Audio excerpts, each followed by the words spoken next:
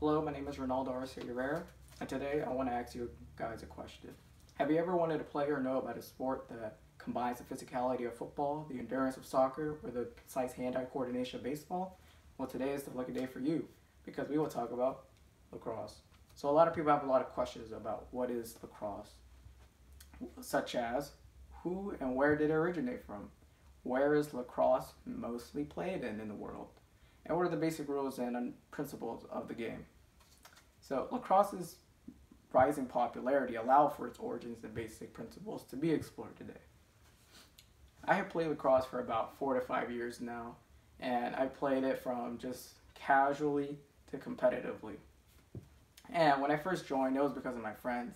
I never really heard of lacrosse, and at that time I didn't know when I joined that I'll be part of a movement in which lacrosse will be rising in popularity. And we will see it in this graph that kids and teenagers are opting to play lacrosse more so than other popular sports such as soccer. We can see here, this graph is comparing high school lacrosse and high school soccer. As we can see, the participation growth in lacrosse is way higher than in soccer. And in this graph, we can see the states in which lacrosse is being played more and more. And what I take from this is that southern and midwestern states are starting to play more and more lacrosse. And this brings me to my next point, in which lacrosse was created by Eastern Native American Indians around the 17th century, most notably by the Algonquian and Iroquois tribes. And they later introduced it to European immigrants around the 18th century. In fact, those same European immigrants gave lacrosse its name, crosse, meaning curved stick in French. Now you might be wondering, well, if lacrosse was created in Northern America, is it popular internationally, and what are the major competitions of lacrosse? Well, let's start with domestic competitions of lacrosse. So NCAA, it is one of the most notable domestic competitions for lacrosse. It's a college competition, and it's the most popular medium in which people watch lacrosse competitively, statistically. And internationally, the Federation of International Lacrosse organizes competitions such as a World Cup.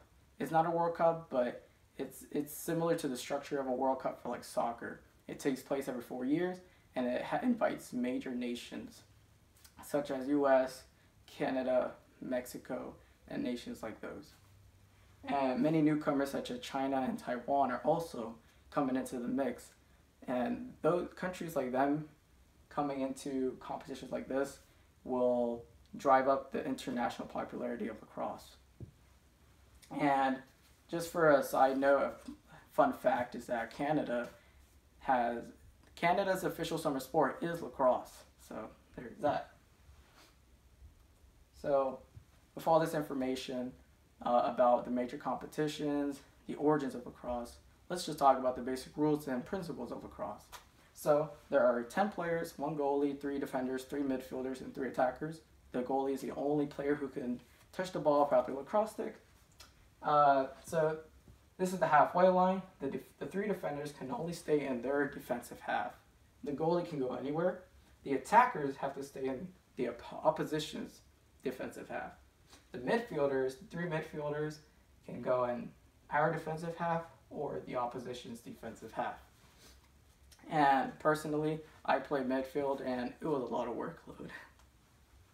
And there are 4 15-minute quarters. Each quarter there will be a face-off in which one player from each team will have the referee will place the ball in the middle of the halfway line where the X is, and they would fight when the whistle will blow. They will fight with their sticks to try to get the ball, pick it up, and they will gain possession for the quarter. So let's talk about formations. This is a 2-3-1, one of the most basic and common formations that team will play, most notably in high school games and from below that. And it's called the Michael Jordan because 23. Michael Jordan wore 23 for the most of his career, basketball career. And with that, let's talk about the equipment of lacrosse. So we have the lacrosse stick, the most essential. We have chest pads, elbow pads, and gloves, as well as helmet for the physicality of lacrosse.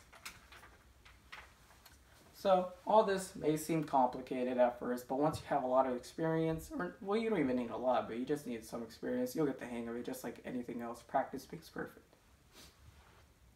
So now we know that Eastern Native Americans, they were the first to create lacrosse, play it, and then they spreaded it to European immigrants when they came here, and then it just spread from there.